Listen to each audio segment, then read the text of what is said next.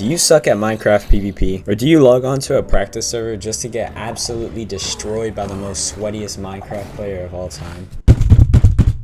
Well, in today's video, I'm going to be showing you all the Minecraft PvP tips that you're going to need to know so that way this does not happen again. This video will be broken into 5 different sections: settings, aim, technique, movement, and skills.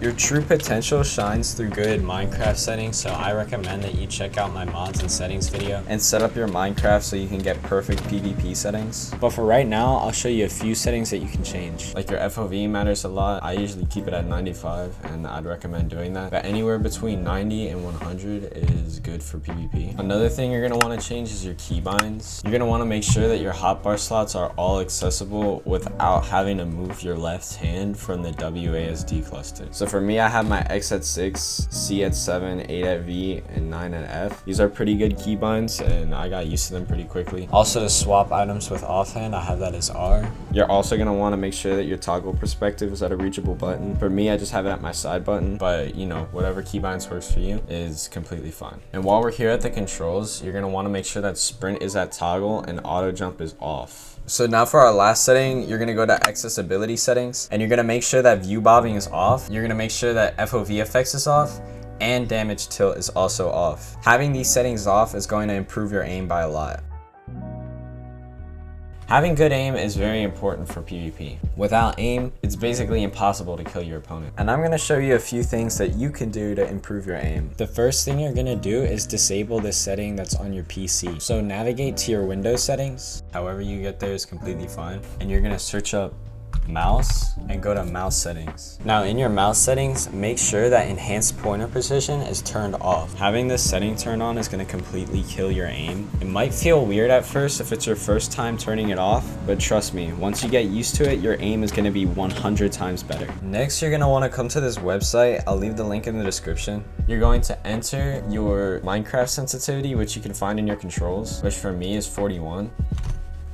So once you enter it and press start, you're gonna get a low and a high. And what you're gonna do is you're gonna go back to Minecraft and basically you're gonna set up something similar to this. I just put an armor stand with netherite armor on it, and you're gonna go back to the sensitivity calculator and try the low sensitivity and the high sensitivity and figure out which one was easier to track with. So for me, my low sensitivity was 20. So I'm gonna go into my controls and change my sensitivity to 20 and just strafe around the armor stand to see how easy it is to track with. Next, I'm gonna try my high sensitivity, which was 61. And I'm gonna see how this goes.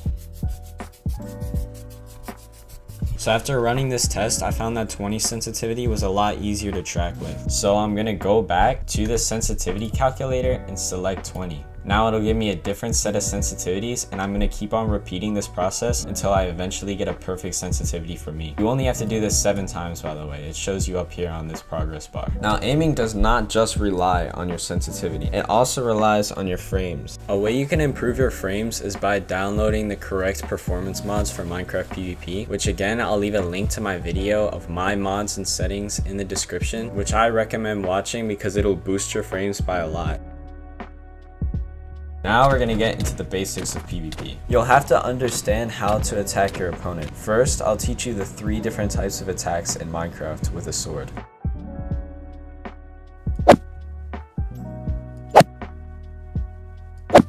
You generally want to avoid sweep hits as they do no extra damage or knockback. A sweep hit happens whenever you attack your opponent at a walking speed, or if you sprint hit them one time and continue hitting them without sprint resetting, which we'll get into later in the video, or if you stand perfectly still and hit your opponent, it'll automatically be a sweep hit. You generally want to avoid sweep hits in most situations.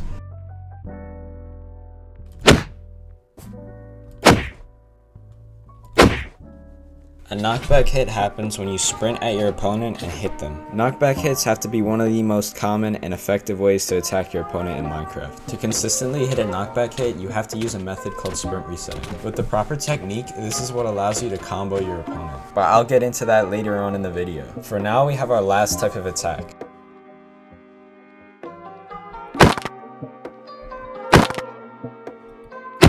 This attack is performed by using the momentum of your fall to hit your opponent on the way down. Although this attack does no extra knockback, it does 50% more damage than a regular hit, making it one of the most powerful hits to shred through your opponent's health. Also, each one of these attacks have their own unique sounds, so playing with sounds on can help you identify which attack you are using on your opponent or which attack your opponent is using on you.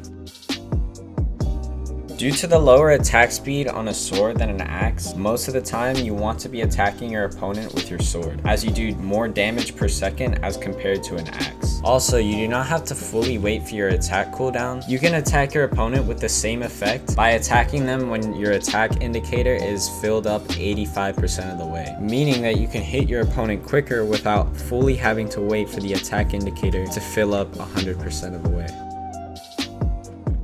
You also have to understand how to hit your opponent. In Minecraft, we have a default reach of 3 blocks.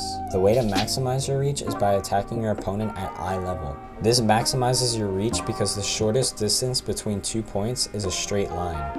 As you can see, if I'm aiming at this armor stand's head and I click, I'm able to hit it. But if I look down at the feet and try to click, I'm not able to hit it. So when you're PvPing, to maximize the amount of reach and to maximize the chances of you getting the first hit, you should always be aiming at the head.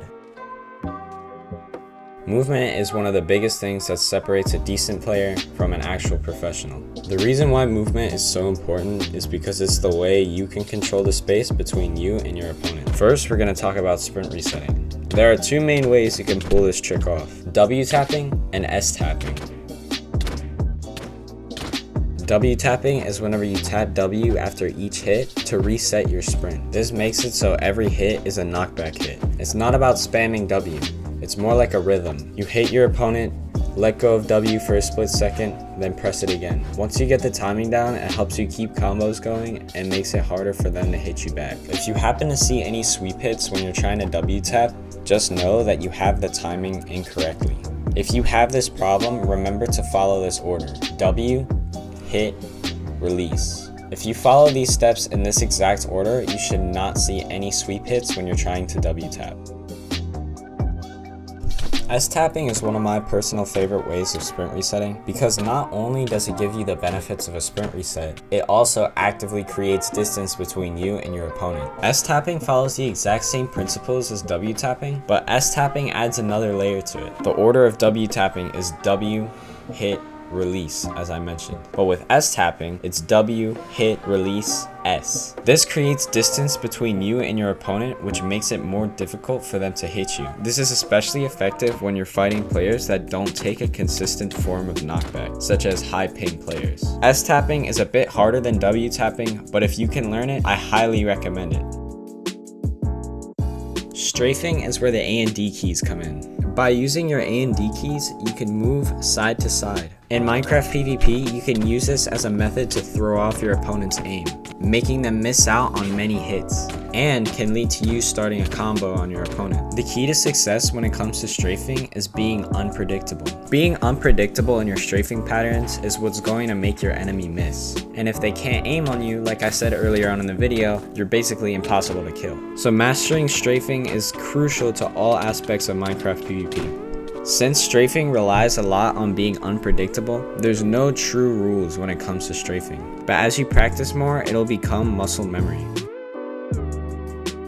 Spacing is all about controlling the distance between you and your opponent. If you're too close, you're vulnerable to being hit, but if you're too far, you can't even reach them. The goal is to distance yourself within a 3-block range of your opponent, but in order to do this, you need to control the spacing with your movement. This includes S tapping or aiming at eye level, as we already talked about, or even using jump resets to reposition your character and reduce your knockback, which we'll go over in a second. Spacing will help you win more trades and avoid getting stuck in combos. Mastering your range comes by practicing with these techniques, and eventually it'll become muscle memory. Remember, if you can control the spacing, you'll control the fight.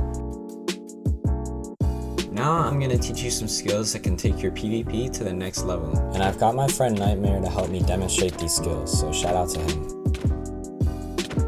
Crit chaining is the best way to drain your opponent's health. You can do this by sprint hitting them one time, and without sprint resetting, hold W and spacebar while critting them out. If you time your jumps and hits right, you can land a crit every single swing. This method is especially effective if your opponent is trying to run away from you.